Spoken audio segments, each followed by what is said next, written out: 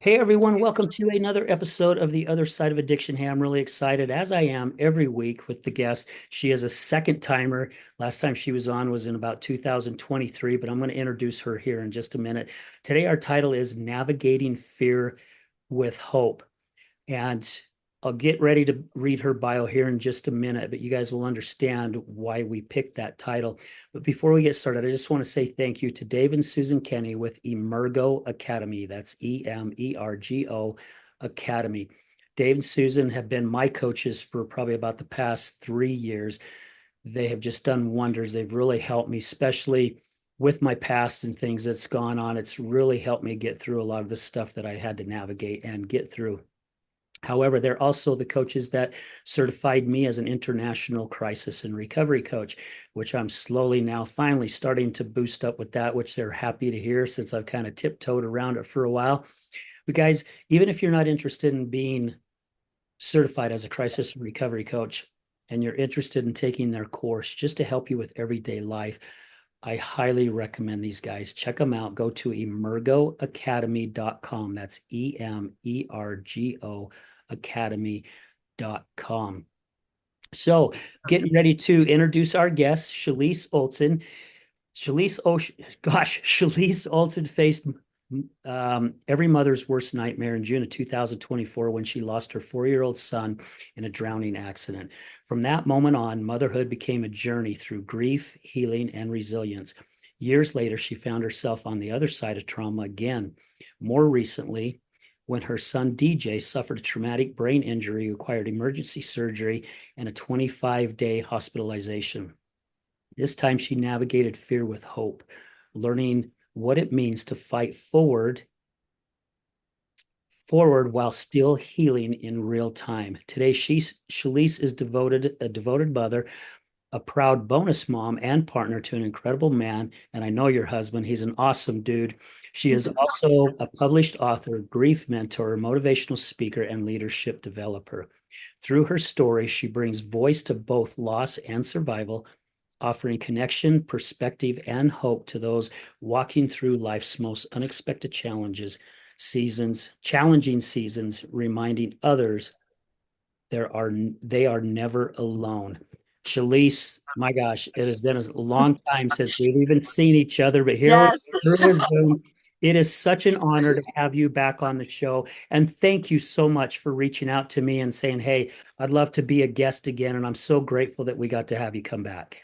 Of course, of course. And actually, this is my third time because the first time was where I met Nicole That is true. So and this talking is about my other son, yeah, which because was a you long time ago. you and Nicole became really good friends that day. Yep, yep, we did. So thank you for that. Absolutely. Yeah, Nicole is an amazing lady. I love her to death. Yes, Yeah. me too. Yeah. Awesome. So before the show, we got talking and we sharing, gosh, about the last year and a half or so. I just like to put it this way. Life has thrown us both a ton of shitballs and Yes. and we got hit square in the face with quite a few of them. However, I love this title, Navigating Fear with Hope, because so many times that fear can take us off in the wrong direction, which I know happened to you from the first time that you came on the show with the Mhm. death of your 4-year-old son. Yeah. What what has changed for you with this? And feel free to share some of your stories so our listeners kind of know where all this has started. Yeah, absolutely. So, in 2004, my son, he was 4 years old. And we just celebrated his angelversary, so it's still very raw for me again. It's funny, 22 years later, you'd think that it would change, and it does. Like grief, changes and transforms and everything, but you never know when it's going to hit you. And this year it hit me harder, and I do think it's because of what I've experienced in this last year. But so he drowned in at a water park, and he was life flighted to Primary Children's, and didn't make it. So my whole story, has been navigating through all that, and that's where I wrote my book, and I had a nonprofit, and all of these things have happened. And I got to a point where I was feeling pretty good with it. And then September 18th of 2005, so just barely 10 months ago, my son DJ, who was 13 at the time, was playing with a gun, and he was by himself at home and showing off for a girl. And he's had hunter safety. He knows about guns. He's been hunting with his dad and his uncle. Like this kid knows the rules about guns. But, he's showing off for a girl, and the gun accidentally went off. Mm. And he was spinning it around, and it went through one side of his head and came out the other.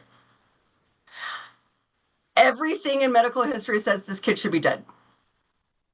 Wow. And somehow I found myself, I had just gotten back from a business trip to Atlanta an hour before this all happens.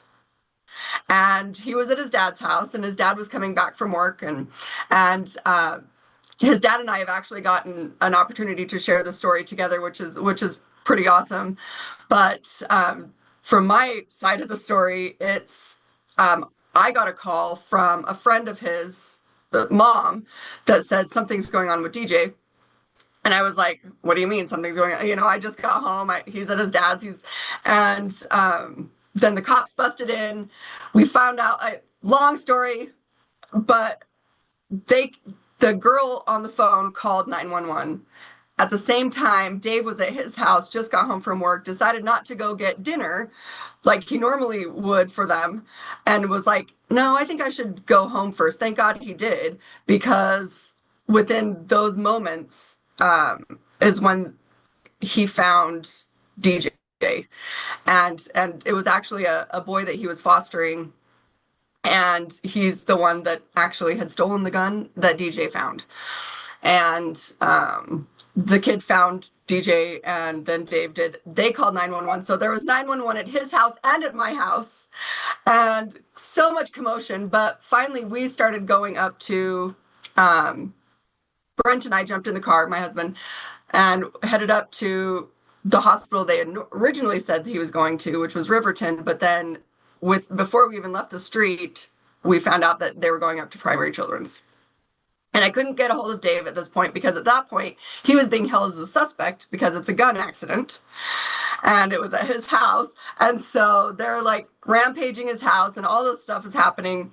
And we didn't even know at that point that it was a gunshot wound, because it was so like in there was my son had the ability to be able to hide the gun under his bed before he like passed out, because he knew he would get in trouble. He's like, oh crap.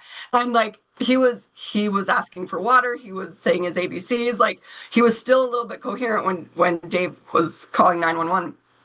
And DJ doesn't remember any of this, by the way.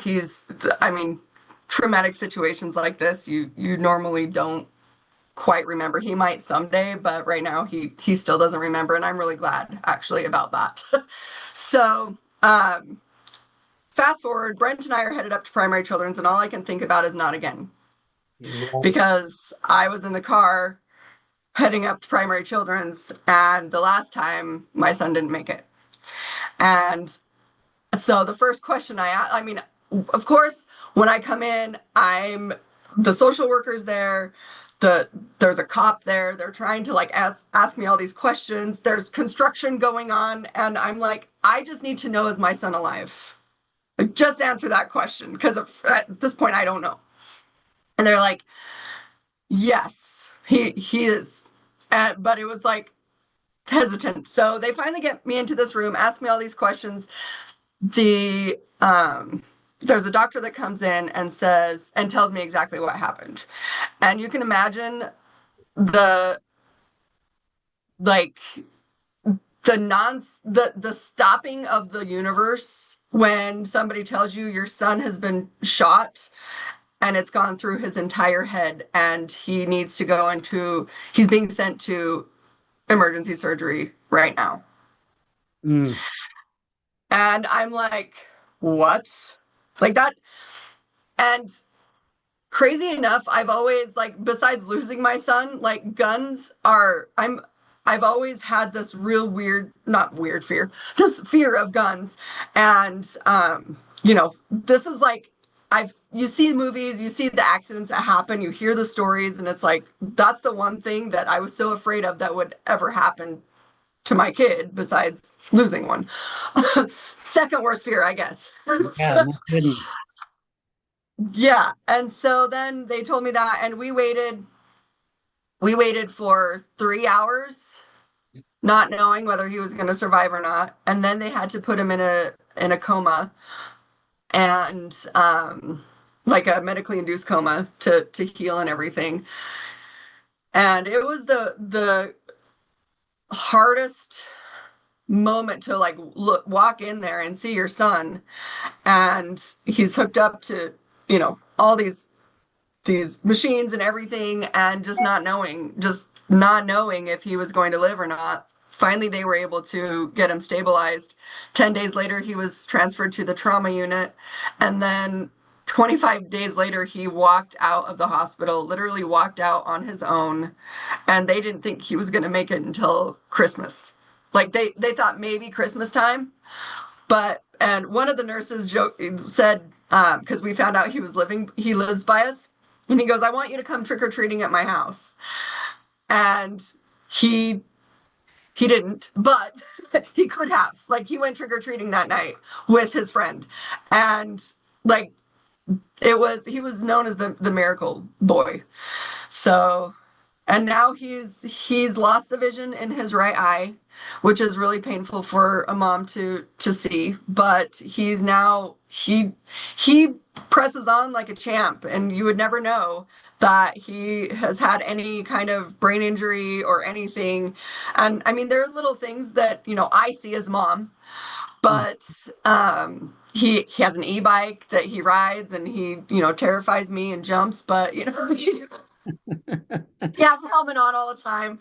And he's finally been able to grow his hair back out because his hair was like his favorite thing. And so, and now we're getting ready to go on a cruise and celebrate life, and his sister graduating and his other sister finishing her first year of college. And yeah, so that was a lot, but that's my that's my story.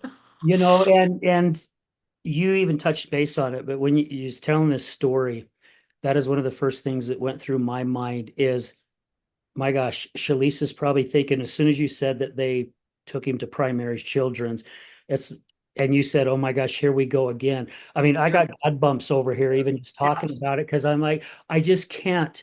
And again, I cannot imagine having a phone call like that or finding something out like that already with with something like that that's happened to you in the past. I Yeah. just can't imagine the fear, especially when you got to the hospital, the fear and everything that was just going on in your mind, and doing your best not to think negative, of course, but Yeah. our subconscious mind is doing its job by protecting us by all these what ifs, you know. Yeah. Yeah. Yeah.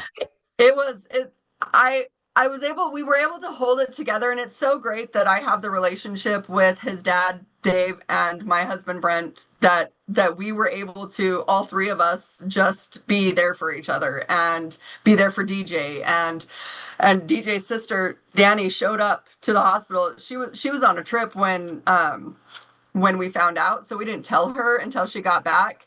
And every day, just because we didn't want to ruin her trip.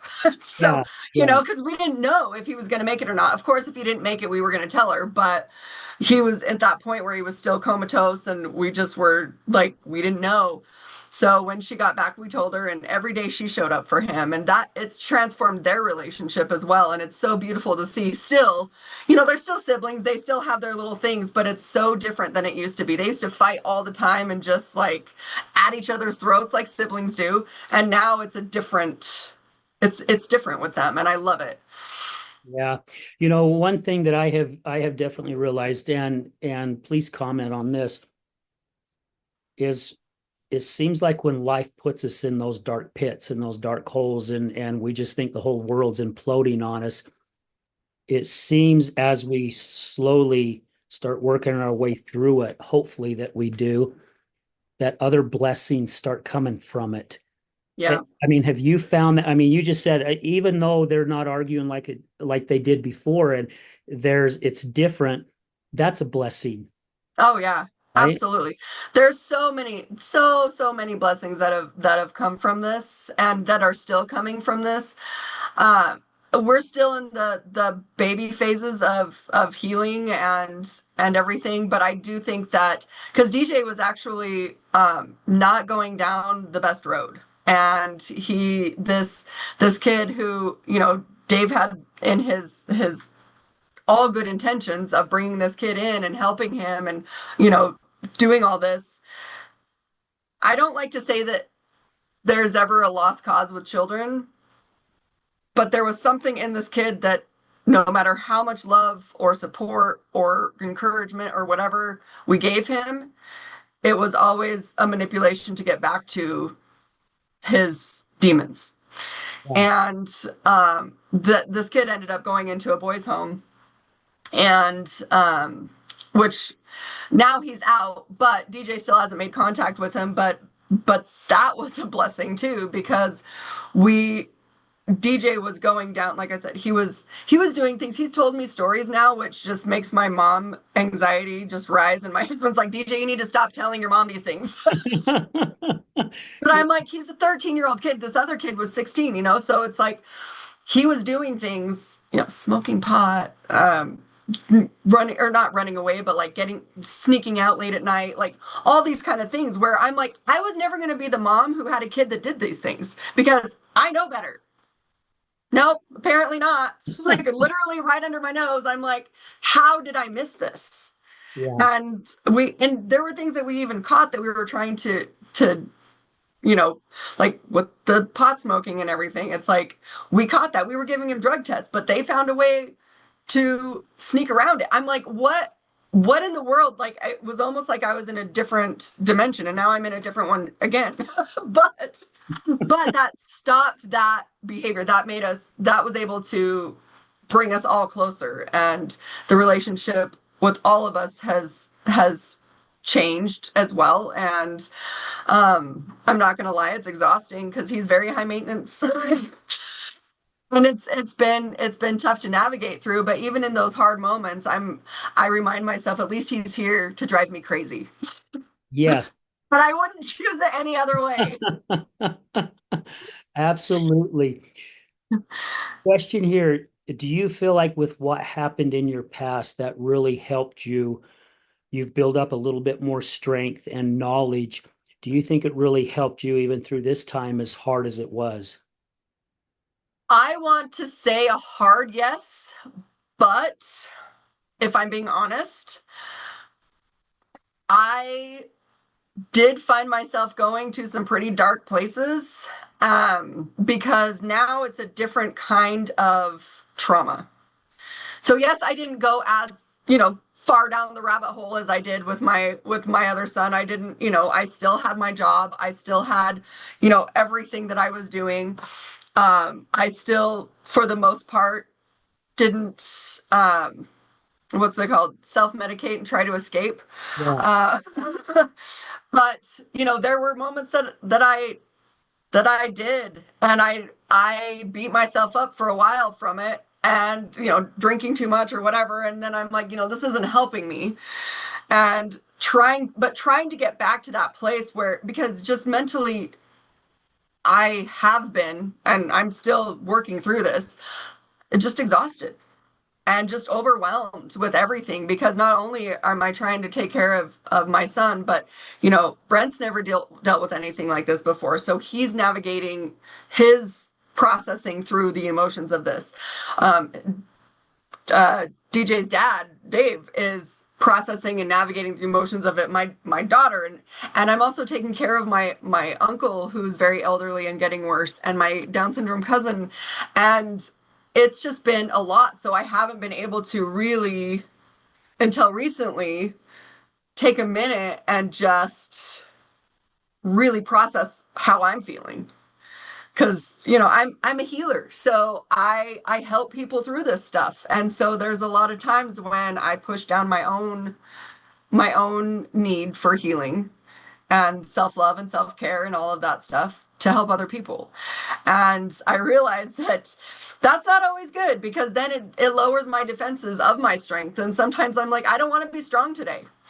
And I let myself not be strong. And that's not always the best. But then again, I'm like, I can't beat myself up for that because it's not the same. And I have been like what I'm proud of myself is that I've been able to right away start advocating for, trauma healing every month since I think April, March.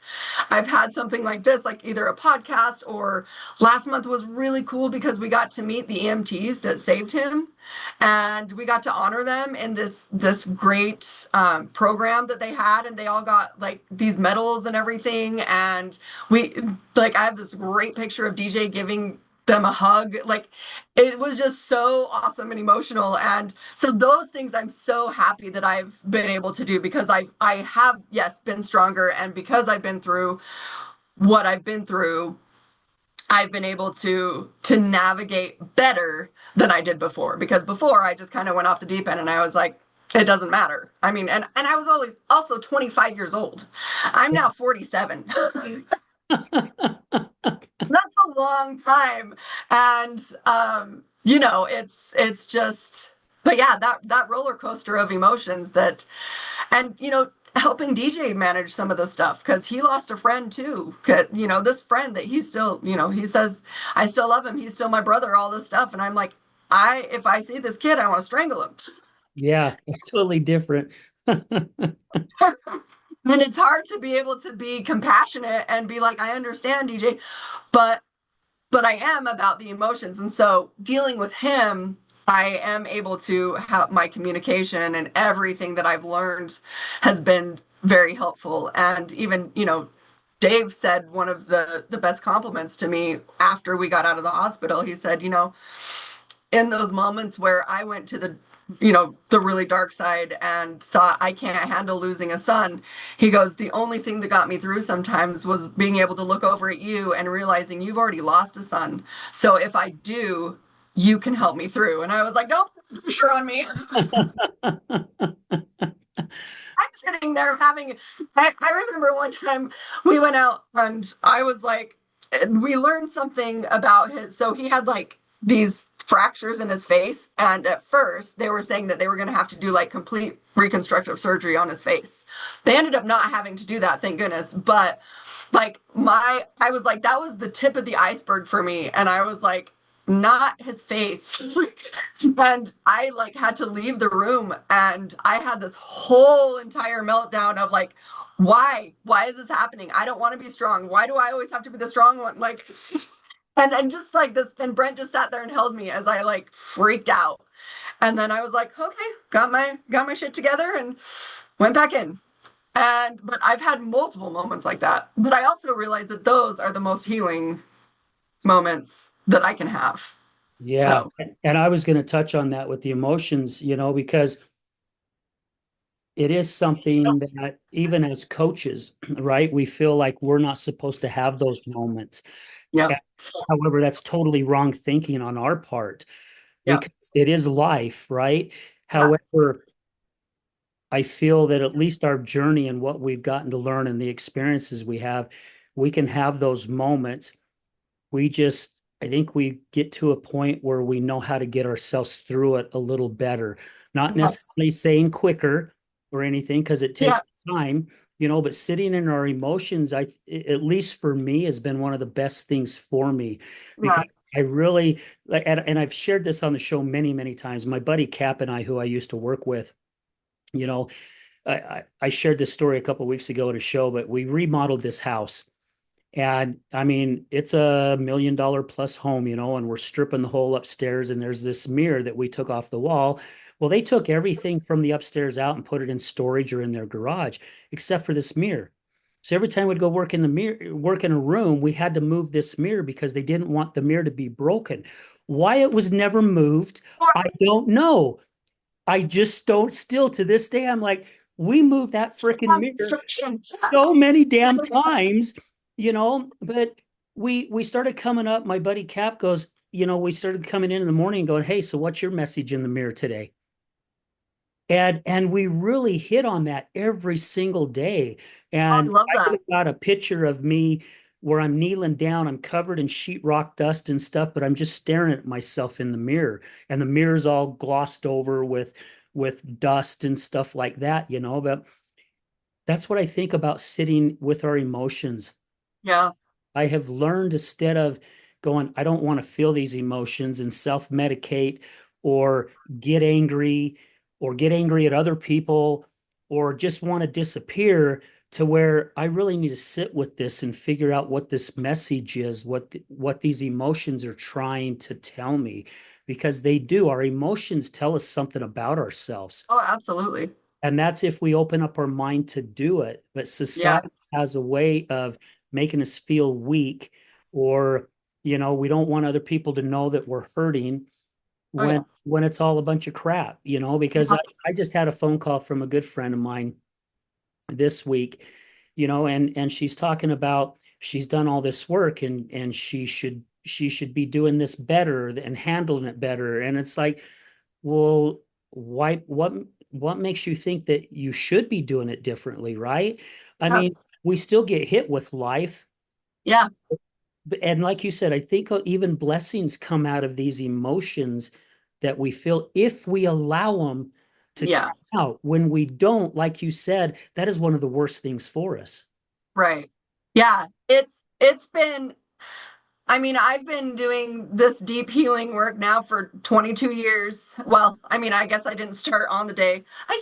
I started in my own way back when I lost Caleb, and realized that there was a lot of things that I did, like massage work. I've started this year. It's like every month I've been getting a massage from my beautiful friend, who is not, she's just not, doesn't just give me a massage. Like, it's my vent session, and she just like normally, you go in for relax, and I'm like, nope, you got to beat me up, and I've got to just blah. It's your And therapy that's been session. huge. It's great. It is.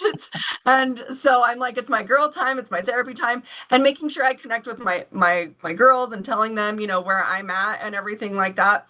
And then also being that person that has allowed my husband and everybody else around me to just feel their emotions.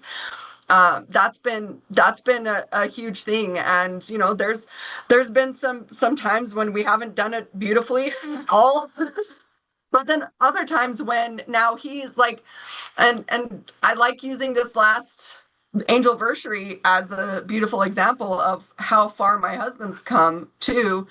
And I know, and I'm going to give myself credit, because I haven't given myself enough credit for this, but it's because I've allowed him to be in his dark place and hide and do what, his healing in his way. And I've allowed him to do that. And this last weekend, it was my turn. And I was like, I don't ever get this. And so I even kept trying to shut it down. I'm like, nope, nope, nope, nope. I'm not going there. I'm not going there. And he's like, it's okay. And so he's like, I'm safe. And so I finally realized how much I'd been holding in on, like, so many different layers. And I was like, what am I doing? I'm like, I'm already healed from this. And he goes, it's an onion, remember, baby?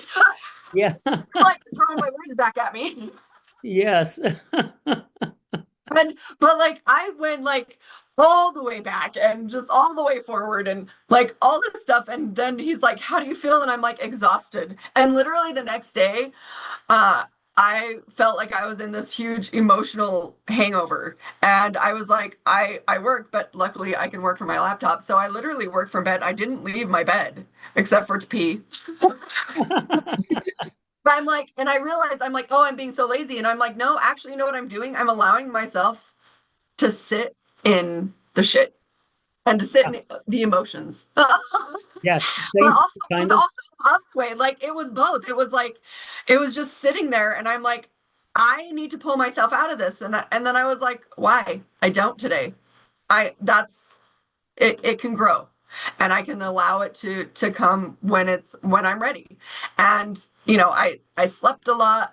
I wrote. I, did some of my work, but then I, also was just like, nope, I'm just going to just be here. And my son came and gave me a hug, and Brent would come and feed me. And I was just like, I was just able to sit in it. And it actually was one of the best things that I've done for myself, even though at the time I was like, oh, because that's not who I am. Like like you get up, I'm an action girl, right? So I'm like, Yeah. if I'm in motion, I'm healing, which is true. But then my body will eventually tell me it's time to stop and just sit in it. And I don't ever allow myself to do that. So the fact that I allowed myself to do that was huge. And it gave me an opportunity to remember it's okay to sit in it. And Yeah. it's important to.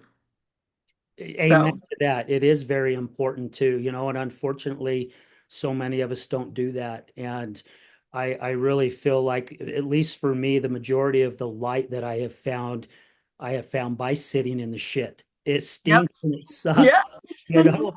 However, eventually you start seeing things when you allow yourself, the book The Body Keeps the Score has been coming up to me a lot lately, and some Yep. of my guests have shared it. And it's like, gosh, I think that's my sign that I need to get this book and read it. Because, like you said, the more we start holding this stuff in, the worse damage it's doing. And it Yep. is.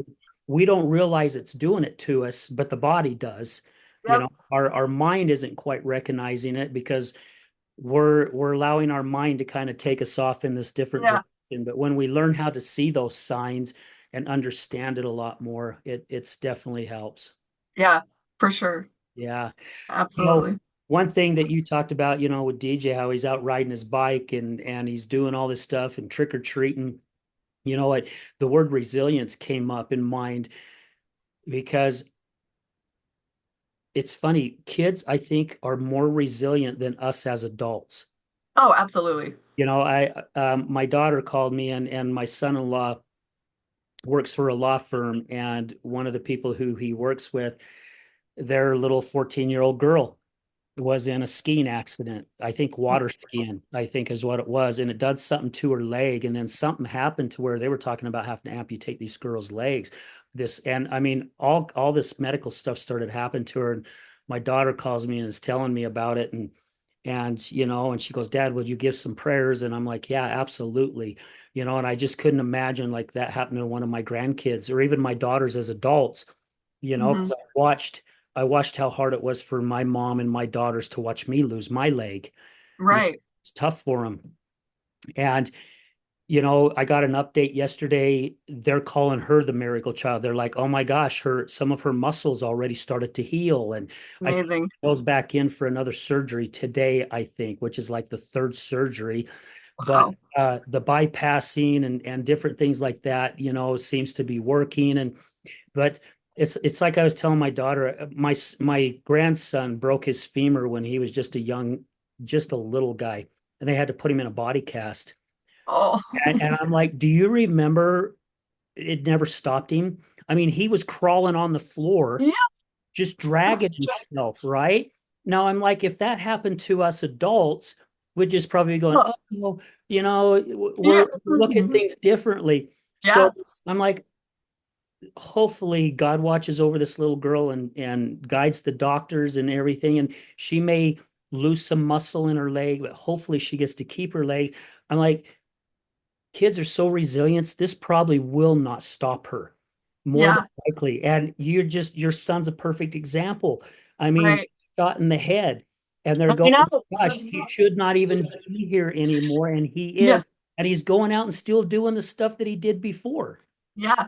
Yeah. And he's so good about it because I mean there are times like I can look at him and I mean he's still my cute, sweet, adorable DJ, but like, when I look at his eye or whatever, I just like I could instantly start to cry because I mean you lose it's a loss. And I'm like, I never, you never want, like you just said, you never want this to happen to your kids. You never, you see who they were and who they are, and it's just, I'm so sad that if I go there, which I did this week, I'm like, I'm so sad that he lost that vision in his eye. And it's not, they said at first because the optic nerve wasn't severed, it was just damaged. So there was a slight possibility. Honestly, at this point, I don't think it's going to be able to heal because of what I see. But his other eye has perfect vision, which is great. But he's like, Matt, I've accepted it and I'm just dealing with it. And it is what it is. And he's like, making jokes about how he wants to pop out his eye and put a glass eye in so he can be like cool. And like, CJ, like, stop it. Stuff too. You don't say to your mom. I love that. But like he just deals with it, and he's like, and he makes jokes, and we're that family that makes a lot of jokes, and that's a lot of the ways that we deal with trauma. Like we like to be funny, or we think we're funny. Our dark humor comes out, and he's exactly the same. So he'll do that too, but yeah, the way he just bounced back from it and was like, and we've talked about that too. Like the brain does amazing things and it heals so fast, but when you're a teenager, well, kid, it heals even faster.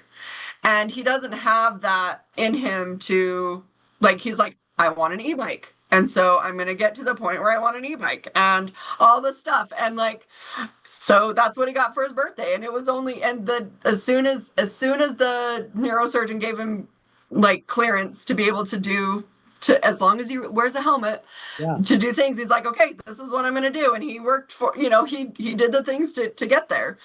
And so it's awesome. And one of the coolest things when we talk about like blessings and everything, one of the coolest things that I love about my story now is that I've been a mom who lost a child.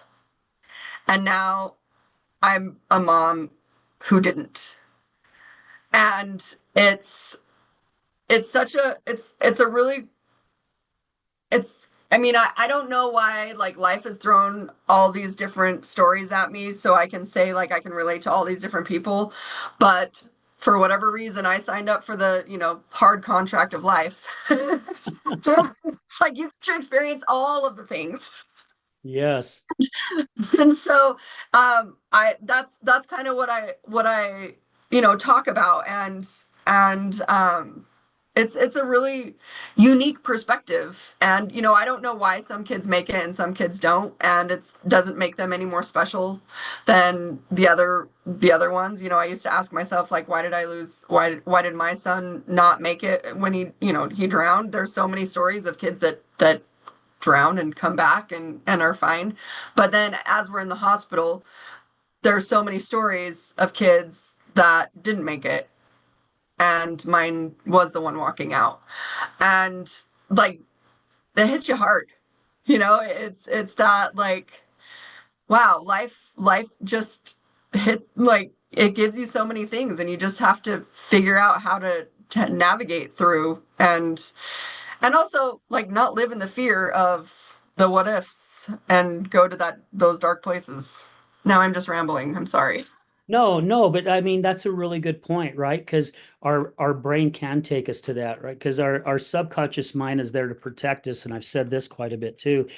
But it also, I feel it does more harm to us than protect us because it does go there, right? It does its job to protect us, going, oh, when this happens, this is what we're supposed to do. This is how we're supposed to act. This is how we're supposed to think.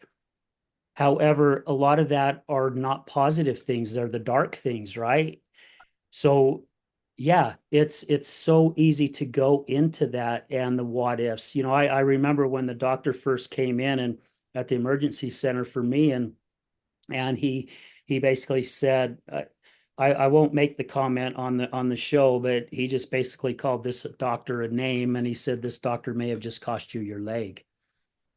And my mind went straight into that negative bullshit crap where it's like, I'll never drive my truck again. I won't kick the soccer ball with my grandkids again. I'll never hike again, right? All this poor me, poor me, poor me, poor me just started plummeting on top of me. And my youngest daughter was there. She came over and was holding my hand and like, Dad, are you okay? And I'm like, I don't know. I'm still trying to process what he just said, right?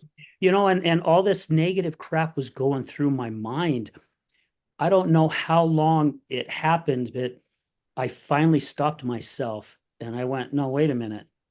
Uh-uh. I'm not playing the victim. I've played the victim my whole damn life. I am not playing the victim here. You know, if that's the route, if that's the direction it has to go, um, I even told my oldest daughter, I says, for some reason, somehow I feel like tons of blessings are going to come out of this if I lose my leg. And I'm like, I feel like God just gave me a blank piece of paper and a pen, and I can write this chapter however I want to write the chapter, right?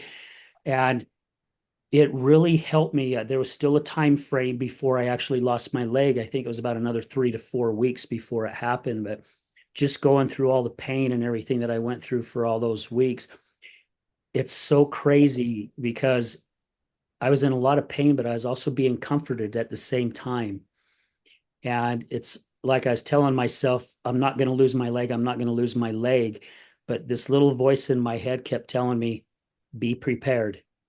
That's all I ever heard. Just be prepared. Um, And I was at such peace when they wheeled me in that operating room the day I lost my leg.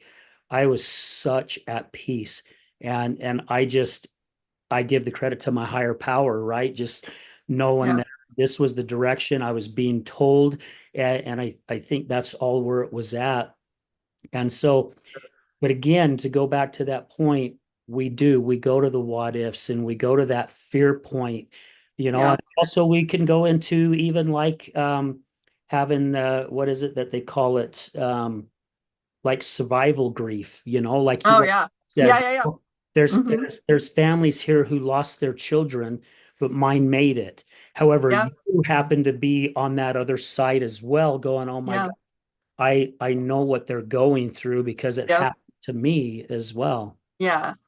Yeah, and that's one thing that we were always really good about, and we still talk about, like even when we're in these conferences and we've been able to share a story, is that we're not like we don't feel we feel blessed that we got our son back, but we're really humble about it as well, and are able to say, we realize this. And even during the whole process of DJ being in the hospital and everything, we from right away we said this is going to be able to be something that changes, that helps somebody else, and we're going to use this story. And I mean, I'm in the process of very slowly writing my next book, and and that the book that I've been able to write before, I've been able to help so many people move through grief and everything like that. And I've been able to find the blessings in losing my son. And even though that's a hard thing to say, but it's very true. And now I'm on the other side, being able to say, you know I get to find the blessings of not losing my son, and being but still having to feel the trauma. It's still trauma. I still experienced massive PTSD in the hospital, and realizing that there are things that I haven't healed.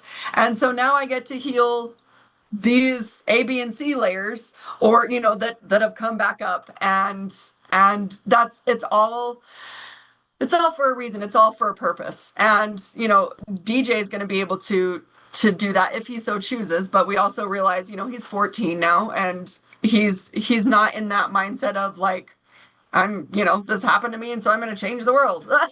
Yeah, yeah. Sometimes he is, and sometimes he's like, no, I don't want to talk about it. Like, let's just move on. I just want to go ride my bike. Well, and I think you just hit the nail on the head, Chalese, is so many of us go through a lot of tragic things in our life. And for those that somehow find the strength and to dig ourselves out of that pit, at least my version of it is God's had us go through that to so we can be out there to help other individuals, so we can lend our hand out. Like, I mean, you see it all the time in the recovery community, you Yeah. know, people who have made it, and unfortunately Janan didn't. but it also taught me a lot of things too to do totally different, and it really opened my eyes in so many different ways. And hopefully now I can use a lot of that to help other individuals as Right. well, 'cause, Yeah. um, we cannot do it alone. No, no. That's that's my biggest thing. Like I said, in my bio too, like if nothing else, if my story helps somebody feel that they're not alone, then I've achieved something. My Yeah. story has made a difference somehow and made an impact. And I it's funny how when before all this happened, there was a lot of healing that I had done with Caleb, and my purpose had always been, honoring him and finding a way to help other people through him.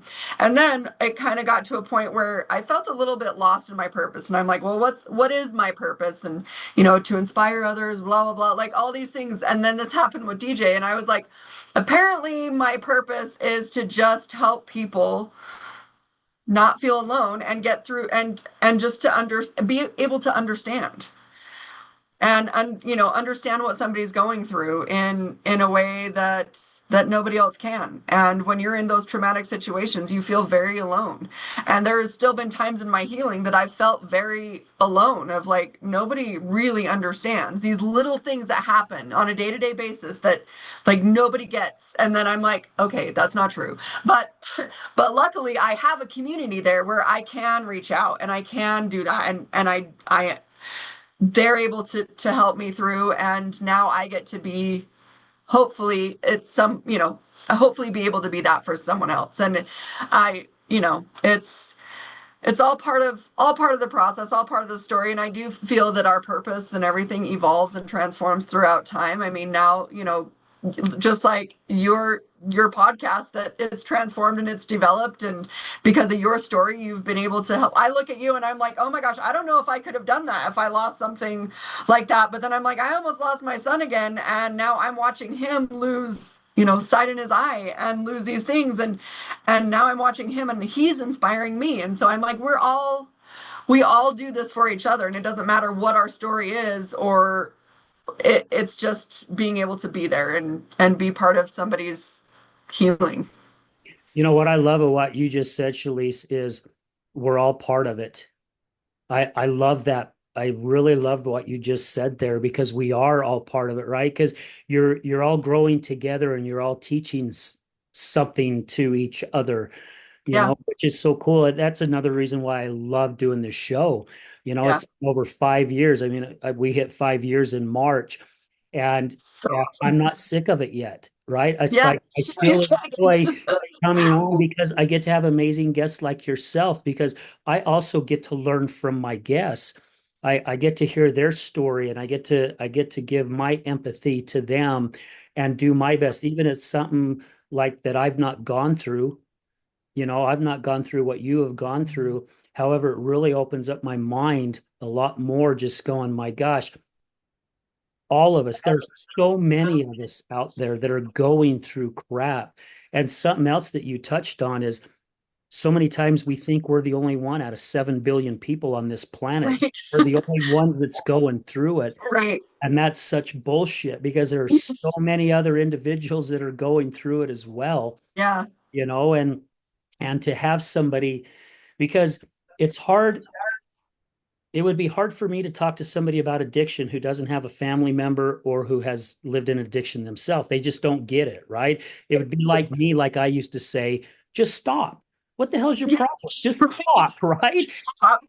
I had a good friend who took his life quite a few years ago, and he battled with depression. And there was a group of us that hung out together. And one of my other friends is, whenever they talked, he's like, "What the hell's wrong with you? Why can't you just enjoy life? Life is amazing, And it's just because they don't get it. Until you lived it, you don't understand it. But then when you've gone through it, Yeah. that really helps you understand what other individuals are. And I do. I feel like some of us have this special thing, not saying that we're above anyone else, because we're not. It's just for some reason we've been picked, or our life or our journey's been picked to go on this path with so many other individuals who are lost at the time and Yep. not knowing, because I feel like individuals like yourself and so many other people out there who have gone through stuff, they are like the disciples, right? They're out there now leaving their hand out going, hey, you've got to do this too. I can't do it for you. However, I can hold your hand through it and I can help you get through it. Yeah. Well, and I think it's important too to be able to say, I haven't done it perfectly. Hmm. And I still mess up sometimes, and I still go to those dark places. And even though I do love life, this last weekend, I was like, I'm so done. I don't love life. My life sucks. And I'm like, okay, I know that's not true, but in my mind, that I just had to get it out. And like it's just never ending, and I'm just tired and I'm just done. And then to just have somebody listen and to say, I understand. And it's okay to feel that. And it's okay to play the victim sometimes. Hmm. And it's okay to do, but now what? Now what? And sometimes that now what and just the validation of like, yeah, no, I totally get it. I've totally been there. And even when my life is great, 90% of the time, those 10%, man, that can be a just horrifying Yes. where my mind goes. and and it's like, and I want to run away and never come back, and I want, and that, like, I wish that I never had to deal with these things, like all that stuff comes up. And I think knowing and being vulnerable enough to be able to say, like, it's not always easy. And yeah, the question that you asked, have you been able to handle it better? Yes. The way that I probably, or I wish that I could have. Well, at this point, it's not like I've done it, terribly, but it's like, if I could do it differently next time, do I think I would have learned things and be better? Hopefully, there's not a next time. By the way, I don't Yes, ever right. want to go through anything like this again. But can I help somebody else like feel that they're okay? Yeah, I hope so. And me being vulnerable enough to say, yeah, no, I've drank myself silly multiple times. And that's just, it just is what it is. And I should have probably done it differently, but I didn't. So now what? So, Yeah. you know, Well, again, you became vulnerable enough to say that, right? And but you did not stay there, right, right? right. It's like that saying, if you get thrown off the horse, get right back on. Yeah, And I think we get ourselves to where we learn a lot more and we have a little bit more resilience for ourselves. absolutely. No, this one's not going to take me down the dark road, because Right. I thought many times, even last year for myself, it's like, man, I'm just going to go back to my weekend cocaine and alcohol because, it's just so much easier because look what's happened to me, Yeah, I still even have those moments, right? I'm in my 60s. I'm missing a leg, I'm single, and it's like, what freaking woman wants to deal with me? Right. And I go into those, feel sorry for me and all that stuff, and sometimes I even think about going back to that. But then I stop myself and go, man, I've just come so far. I've come yeah, so far. It's so easy to fall back there. It's so it hard to is. get to where you're at. Yeah, It takes years. I've been working on this since 2009 and I'm still working on it and I will continue to work on it. yeah, Well, because I don't feel there is a finish line when it comes to bettering ourselves. There's always something right. to learn. There's always a next stone to step towards, Yep, even if it's this big, as long yep. as it's forward, not backwards. Exactly. Exactly.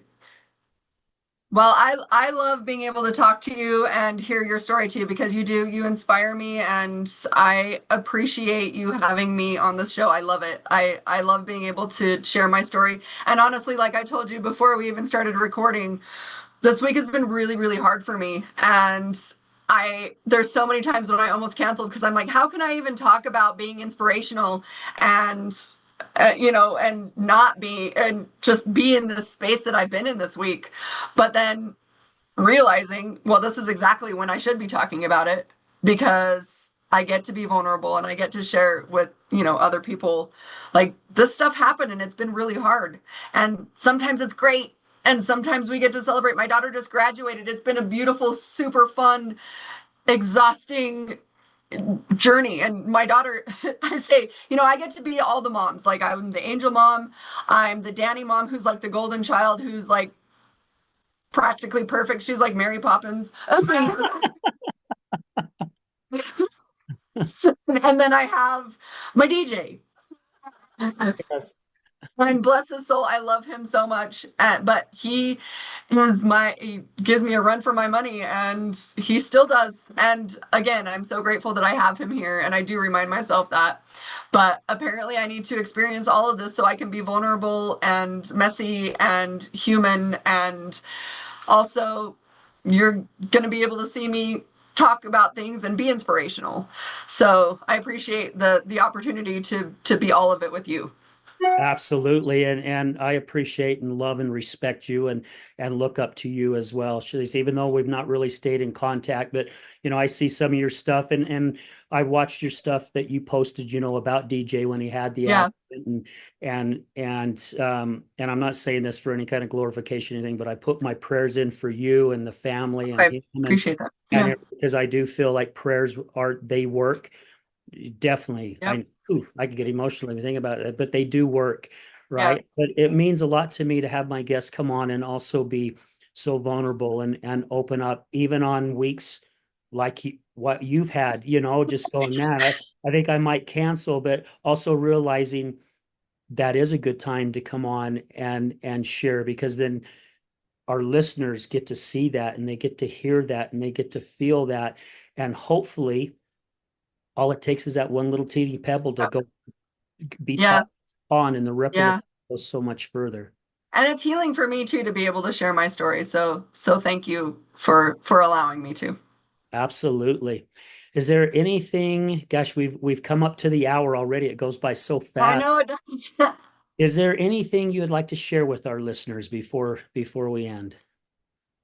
I think the only thing that, well, I shared a lot during, with my story, but I think if I can let anyone give anyone hope for not being perfect and feeling like you should have done something better, you should have done something different. Like we can land in the should haves all the time and live in those, and they don't do anyone any good. And the only thing that gets us through is to give ourselves grace. And I'm saying this because I need to remind myself of the same thing, is just to be able to give ourselves grace, allow ourselves to be human, allow ourselves to feel all the emotions, and like you said before, sit in it and just be, because there is always another side. And I love saying, your podcast, the other side, because there is that other side. And it's a messy road, but it's always worth it once you walk through it. I love that. Yeah, and the show's actually going to be rebranded. I announce that every week that I'm rebranding Yes. it Through the Storm, which I also love fits. I I love when I saw that you were doing that. I was like, yes, that's so beautiful, because that's what I feel like. Yeah, that's exactly. You make it through the storm. Yeah, amen to that. Shalise, thank you again so much for taking time out of your morning to be with me today. I really do Of appreciate course. it. Well, thank you. I appreciate it as well. Absolutely. Well, again, thank you guys. Thank you, everyone. I want to thank our sponsors again, Emergo Academy. Thank you for your love and support, Dave and Susan Kenny. I love you guys. Again, guys, check out emergoacademy.com, EMERGO Academy.com. I also want to say thank you to my past guests and also my future guests that are going to be coming on the show. Most of all, I want to say thank you to all my listeners. Thank you for continuously listening to the show. And even thank you for reaching out to me. And sometimes when I go to recovery events, I have people come up on the show and just go, "Oh my gosh, this episode that you had was so and so. Just it was the perfect thing I needed to hear that day." And that just makes me feel so good knowing that one of our guests came on and shared something that helped you. So appreciate it, guys. Going to put this out here too before we sign off. Mark your calendars, October 3rd. It's a Saturday, October 3rd at the Miller Free Enterprise Building. We are going to be holding our 6th Healing Utah Success Summit. We've got some amazing speakers coming up, one from Texas, we've got another gal from California that's coming up to speak. We've got some great speakers from here, Salt Lake City, that's going to be speaking. It's going to be an amazing event. guys, last year's energy was just out of the roof, man. I mean, last year it was just amazing, and we're expecting that again this year, and I'm pretty sure that it'll happen. And again, keep your eyes out. The show will be changing to Through the Storm. The show will continue, but just the title is going to change. So anyway, I love and appreciate you guys. Remember this, we're gonna end it as we do at the end of every show. Remember, addiction is giving up everything for one thing, and recovery is giving up one thing for everything. We're out.